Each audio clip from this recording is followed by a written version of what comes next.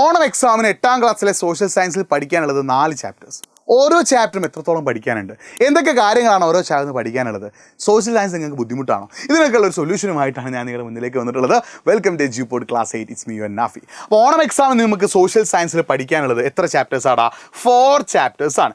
ഓരോ ചാപ്റ്ററിനും ഏകദേശം equal weightage തന്നെ ആണെങ്കിലും ഫസ്റ്റത്തെ 3 ചാപ്റ്റർ നിങ്ങൾ എന്ത് ചെയ്യുക, നല്ല ഇമ്പോർട്ടൻസ് കൊടുക്കുക. കാരണം ആ ചാപ്റ്ററിനായിരിക്കും കൂടുതൽ മാർക്കിന് എന്ത് ചെയ്യുക, ക്വസ്റ്റ്യൻ ചോദിക്കുക. അപ്പോൾ ഈ 4 ചാപ്റ്റേഴ്സും എളുപ്പത്തിൽ പഠിക്കണമെങ്കിൽ നിങ്ങൾക്ക് എന്താവശ്യമാണ്? ഒരു എഫിഷ്യൻ്റ് ആയിട്ടുള്ള ഒരു സ്റ്റഡി പ്ലാനും സ്റ്റഡി ടിപ്പും ആവശ്യമാണ്. അപ്പോൾ നമുക്കറിയാം ഓണം എക്സാമിന് നമ്മളോട് ചോദിക്കുന്ന chapters first early human life, അടുത്തത് റിവർ വാലി സിവിലൈസേഷൻ, അടുത്തത് in search of earth secret, 4മത്തത് അവർ ഗവൺമെൻറ്. ഇതിൽ ഫസ്റ്റത്തെ 3 ചാപ്റ്ററും വളരെ ഇമ്പോർട്ടൻ്റ് ആണ്. ഇതിൽ തന്നെ ഏറ്റവും കൂടുതൽ മാർക്കിന് ചോദിക്കുന്ന ചാപ്റ്റർ ഏർലി ഹ്യൂമൻ ലൈഫും റിവർ വാലി സിവിലൈസേഷനുമാണ്. ഈ ഏർലി ഹ്യൂമൻ ലൈഫിൽ നിങ്ങൾക്കറിയില്ല Mesolithic age, Neolithic age, chalcolithic age, ഓരോ കാലഘട്ടത്തെ കുറിച്ചിട്ടും വളരെ വളരെ ഇമ്പോർട്ടൻ്റ് ആട്ടോ. ഓരോ യുഗങ്ങളെ കുറിച്ചിട്ടും നവീന ശിലായുഗം, താമ്രശിലായുഗം, ആ ശിലായുഗങ്ങളും അതിൻ്റെ ഫീച്ചേഴ്സും നമ്മൾ ഒരുപാട് കാര്യങ്ങൾ പഠിച്ചിട്ടുണ്ട്.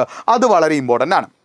റിവർ വാലി സിവിലൈസേഷനിൽ ഇൻഡസ് വാലി സിവിലൈസേഷൻ അഥവാ സിന്ധു നദീതട സംസ്കാരത്തെക്കുറിച്ചിട്ടും ഈജിപ്ഷ്യൻ സംസ്കാരത്തെക്കുറിച്ചിട്ടൊക്കെ ഒരുപാട് തവണ എക്സാമിന് ചോദിച്ചിട്ടുണ്ട്. അതും വളരെ ഇമ്പോർട്ടൻ്റ് ആണ്. അപ്പോൾ പൊതുവേ ഈ 2 ചാപ്റ്റേഴ്സിന് 5 മാർക്കിൻ്റെ എസ്സേ ക്വസ്റ്റ്യൻ അടക്കം ചോദിക്കാൻ ചാൻസ് ഉള്ളതാണെന്ത് ഈ 2 ചാപ്റ്റേഴ്സ് എന്ന് പറയുന്നത്. മൂന്നാമത്തത് in search of earth secrets, കുറച്ച് വലിയ ചാപ്റ്ററാണ്. പക്ഷെ ഇതൊന്ന് ചോദിക്കുക ഏകദേശം 10 മാർക്കുള്ള ക്വസ്റ്റ്യൻസ് ആണ്. അപ്പോൾ ഇതിൽ ക്രസ്റ്റ്, കോറ്, മാൻഡിൽ അല്ലേ, അതായത് ഭൂവൽക്കം, മാൻഡിൽ, കാമ്പ്, അതിൻ്റെ സവിശേഷത, വെതറിങ് അഥവാ അപക്ഷയം, അത് പഠിക്കണം. അതേപോലെ സോയിൽ കൺസർവേഷൻ, മണ്ണ് സംരക്ഷിക്കാനുള്ള മാർഗ്ഗങ്ങൾ.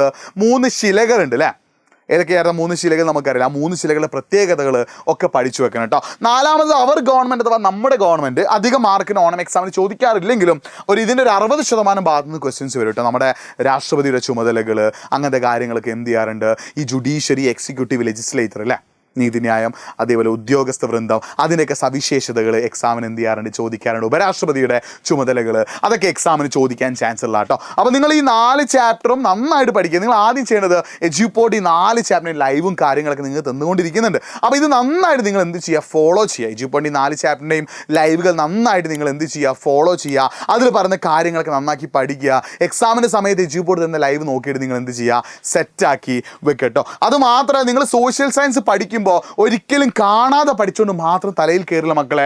നിങ്ങൾ ആദ്യം നിങ്ങളൊന്ന് വായിച്ച് നോക്കുക, പിന്നെ നിങ്ങൾ എന്ത് ചെയ്യുക, ഒന്ന് എഴുതി നോക്കുക, പിന്നെ അത് വീണ്ടും എന്ത് ചെയ്യുക, ഒന്ന് കാണാതെ എഴുതി നോക്കുക. ആ രീതിയിലാണ് നിങ്ങൾ എന്ത് ചെയ്യുന്നത്, പഠിക്കുന്നത് കേട്ടോ.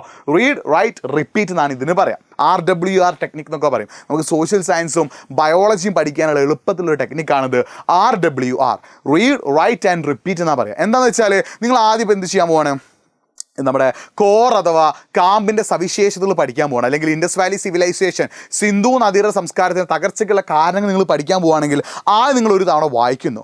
വായിച്ചതിന് ശേഷം അത് എന്ത് ചെയ്യുക, ഒന്ന് നോക്കി എഴുതുക. അങ്ങനെ 2-3 തവണ നോക്കി എഴുതിന് ശേഷം നിങ്ങൾ ബുക്കൊക്കെ അടച്ചു വെച്ചിട്ട് മറ്റൊരു പേപ്പറിൽ എന്ത് ചെയ്യുക, അത് കാണാതെ എഴുതി നോക്കുക. കാണാതെ എഴുതി നോക്കുമ്പോൾ എന്ത് ചെയ്യും, നിങ്ങൾക്ക് 2-3 പോയിൻ്റേ കിട്ടുള്ളൂ, ഫുൾ പോയിന്റ് കിട്ടണമെന്നില്ല. അപ്പോൾ നിങ്ങൾ കിട്ടാത്ത പോയിന്റ് ഏതാ നോക്കിയിട്ട് എന്ത് ചെയ്യുക, നിങ്ങൾ ടെക്സ്റ്റ് ബുക്ക് വെച്ചിട്ട് എനിക്ക് ഈ പോയിന്റ് കിട്ടിയിട്ടില്ല, അപ്പോൾ എന്ത് ചെയ്യുക, ആ പോയിന്റ് ഒന്നുകൂടി പഠിക്കാം, എന്നിട്ട് വീണ്ടും എഴുതി നോക്കുക. അപ്പോൾ ഈ രീതിയിൽ മാത്രമേ നിങ്ങൾക്ക് സോഷ്യൽ സയൻസ് പഠിക്കാൻ സാധിക്കുകയുള്ളൂ കേട്ടോ. അപ്പോൾ ഈ 4 ചാപ്റ്റേഴ്സും വളരെ ഇമ്പോർട്ടൻ്റ് ആണ്.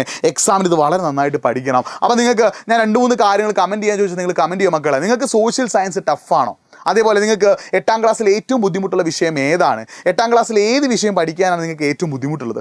ഈ കാര്യങ്ങൾ എന്ത് ചെയ്യുക, നിങ്ങളൊന്ന് കമൻറ്റ് ബോക്സ് ടൈപ്പ് ചെയ്യുക. കമൻറ്റ് ബോക്സ് ടൈപ്പ് ചെയ്യുമ്പോൾ നിങ്ങളുടെ പേരും നിങ്ങൾ പഠിക്കുന്ന സ്കൂളും കൂടി ചേർത്തിട്ട് എന്ത് ചെയ്യുക, ഒന്ന് കമൻറ്റ് ചെയ്യുക. മറ്റൊരു കാര്യം കൂടി ശ്രദ്ധിക്കുക, നിങ്ങൾ ശരിക്കും പഠിച്ചിട്ടില്ലെങ്കിൽ 8ാം ക്ലാസ്സിൽ നിങ്ങളെ തോൽപ്പിക്കാനുള്ള ചാൻസ് ഉണ്ട്. നിങ്ങൾ തോറ്റു പോകരുത്. നിങ്ങൾ വിജയിക്കുന്നവരുടെ, വെന്നിക്കൊടി പാറിക്കുന്നവരുടെ കൂട്ടത്തിലാണ് നിങ്ങൾ ഉണ്ടാവേണ്ടത്. സോ നിങ്ങൾ എന്ത് ചെയ്യുക, നന്നായിട്ട് പഠിക്കുക. നമ്മുടെ ലൈവുകൾ കറക്റ്റായിട്ട് ഫോളോ ചെയ്യുക. നമ്മുടെ ആപ്പിൽ ഓൾറെഡി എന്ത് ചെയ്തിട്ടുണ്ട്, PYQs ഒക്കെ അവൈലബിൾ ആണ്. ആപ്പിൽ ജോയിൻ ചെയ്യാൻ നിങ്ങൾ എന്ത് ചെയ്യുക, 9207998855 എന്ന നമ്പറിൽ നിങ്ങൾ എന്ത് ചെയ്യുക, വിളിക്കട്ടോ. വിളിച്ചാൽ നിങ്ങൾക്ക് എന്ത് ചെയ്യാൻ പറ്റും, നമ്മുടെ ആപ്പിൻ്റെ ഡീറ്റെയിൽസ് കിട്ടും. അപ്പോൾ ഓണം എക്സാമിന് സോഷ്യൽ സയൻസ് അടക്കമുള്ള എല്ലാ വിഷയങ്ങളിലും നിങ്ങൾക്ക് A+ തന്നെ കിട്ടട്ടെ. All the best. അപ്പോൾ ഈ പറഞ്ഞ രീതിയിൽ RWR ടെക്നിക്ക് ഉപയോഗിച്ച് നിങ്ങൾ എന്ത് ചെയ്യുക, ഒന്ന് പഠിക്കാൻ ശ്രമിക്കരുത്. ആദ്യം വായിക്കുക, പിന്നെ ഒന്ന് എഴുതുക, പിന്നെ അതിൽ പോയിന്റുകൾ എന്ത് ചെയ്യുക, ഒന്നുകൂടി വായിച്ചു ഒന്നുകൂടി എന്ത് ചെയ്യുക, എഴുതി നോക്കുക. അങ്ങനെ എഴുതി വായിച്ച് പഠിച്ചാൽ മാത്രമേ സോഷ്യൽ സയൻസ് എളുപ്പത്തിൽ പഠിക്കാൻ പറ്റുള്ളൂ കേട്ടോ. ബാക്കി ഡീറ്റെയിൽസ് ഒക്കെ നമുക്ക് ഇനി മറ്റൊരു വീഡിയോയിൽ കാണാം. അപ്പോൾ നിങ്ങൾക്ക് പഠനവുമായിട്ട് ബന്ധപ്പെട്ട എന്തെങ്കിലും ഇഷ്യൂസ് ഉണ്ടെങ്കിൽ അതുകൂടി എന്ത് ചെയ്യുക, ഒന്ന് കമൻറ്റ് ചെയ്യുക. വീണ്ടും കാണാതിരിക്കും. ബൈ.